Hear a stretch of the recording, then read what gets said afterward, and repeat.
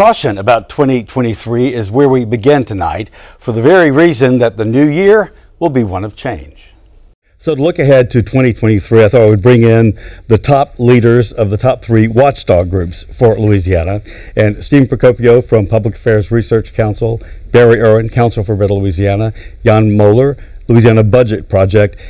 How do you differentiate what you guys focus on? Let me start with you. If you would just simply say what my mission is. Oh, sure. PAR has been around since 1950 as an independent watchdog state policy research group. I mean, we focus on the big issues: tax reform, budget, accountability, governance, education, a lot of different things. But those are sort of the core issues that we're really trying to do the research on to figure out what's the things that are going to move the state ahead. Okay, for CABL. It's kind of similar in some ways. Actually, our organization's been around. This is our 60th anniversary, and it was kind of founded out of a lot of the same people that started PAR, but a few years later. But we focused on historically major issues like state fiscal policies, governmental ethics, but we have a real big focus on education really at all levels, from early childhood education through workforce and on beyond. Right. And Jan? Well, we're the new kids on the block. We've been around since 2006.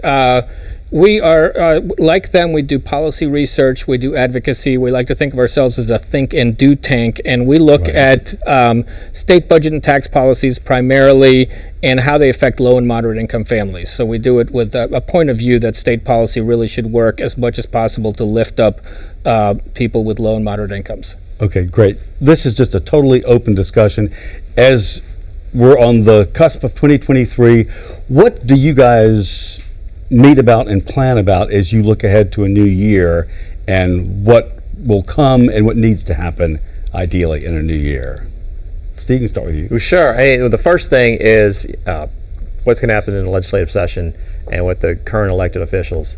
One thing we're looking at, I think a lot of people are, is the budget.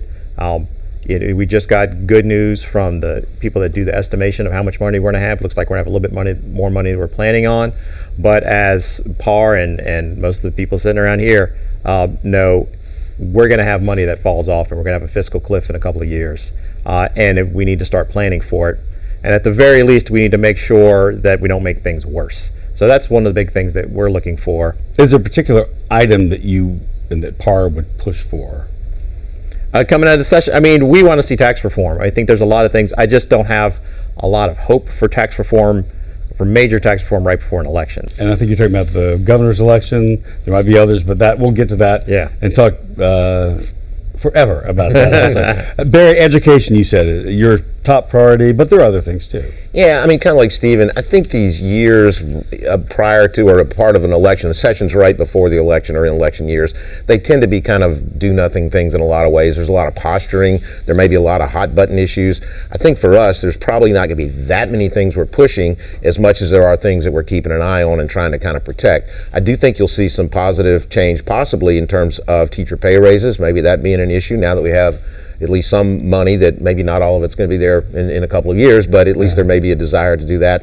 And I think another issue that we've been working on a lot deals with teacher recruitment and retention, which doesn't get all the headlines, but it's a huge issue in our state. And I actually think there may be a couple of policies that we may try and push during this session that will kind of help with that. And Jan, fairness for all, I think, is one of the things that you would chiefly be looking for, and also people that are disadvantaged. Absolutely, and I want to say, first of all, I agree with most of what Stephen and Barry said. The first object is to make sure they do no harm, and there's always a chance of that, especially in an election year. But I also think, even though the budget's in pretty good shape, there's some particular investments that we need to make, and that we actually have the resources to make. We also have a fiscal cliff in early childhood education. A lot of that, those slots right now for the youngest learners are being paid for with temporary federal, pandemic relief dollars. We need to find some ways to fund those for the long term.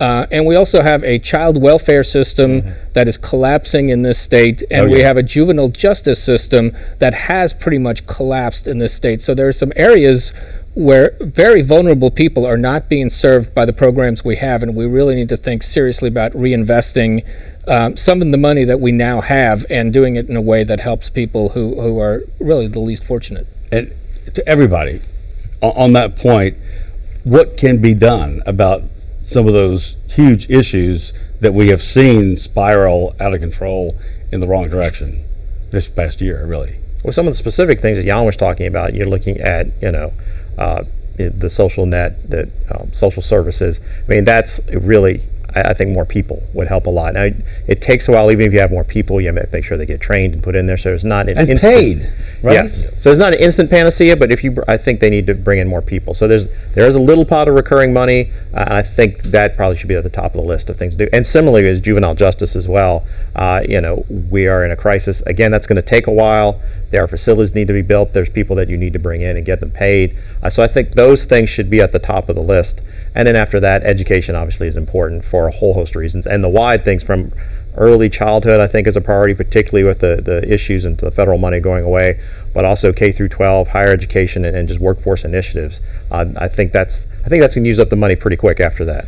But that's what screams to me, though, is education, because all you have to do is be reminded yearly that we rank at the bottom, and at some point we've got to be doing something, feeding and giving resources to be stronger from the start. So all of a sudden we can be, we're not 45th or 6th, we're in the 30s, or maybe even better than that at some point. But soon, we're not talking about like a decade down the road. We don't have that much time to waste, I don't think.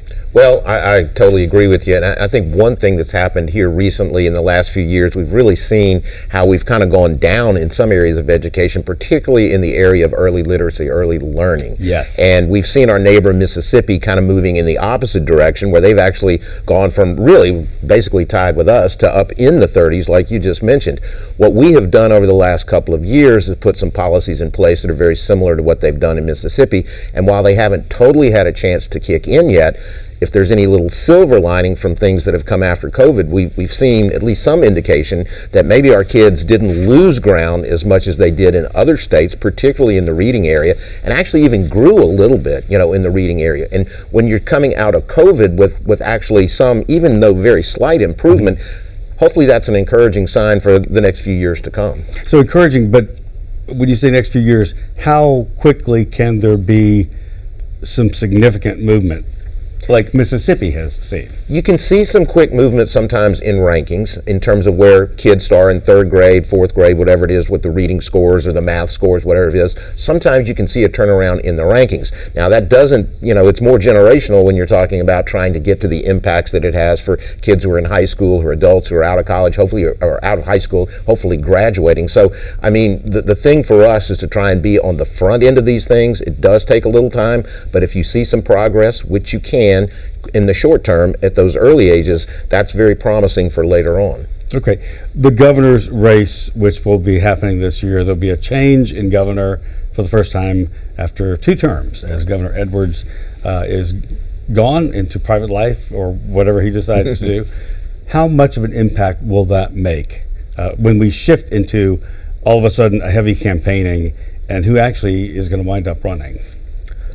Well, I think the governor's race is going to really hang over the legislative session. I mean, it is a lame duck session because It's not just a governor we're electing. Every single seat in the House and Senate is on the ballot. So everybody in there, or at least most of them, some of them may be retiring, is thinking about re-election. They're and thinking no one wants to rock the boat, right? Yeah, and so that's why there's going to be, as Stephen alluded to, there's going to be a temptation to want to pass tax cuts and kind of short-term, politically popular things instead of taking the long view. But then, as you said, we're going to have a wide open governor's race. And I think if there's one thing I've learned in around 20 years in this state is that whatever predictions you make a year out are usually wrong. So I don't want to make any predictions. But I do think we'll have a lot of candidates in there. There will be a lot of money spent. My hope for the governor's race is that we really have an issues-based campaign and that the people who run really take the time and honor the voters by going out there and detailing specifically what they want to do if elected. I don't think we had that 4 years ago. I hope we get that this time.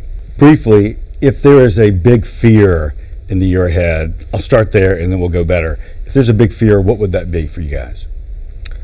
The economy, events overseas, events in China. There's a lot of things that can impact Louisiana's economy. And so I think if right now the budget is in pretty good shape and our finances are in good shape and we have the luxury of thinking about where we want to make investments to move our state forward.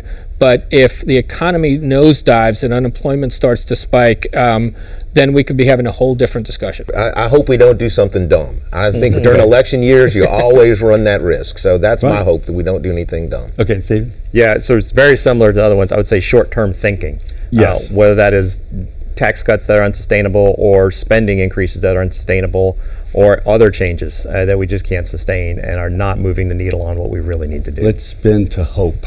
What are you excited about looking ahead this year?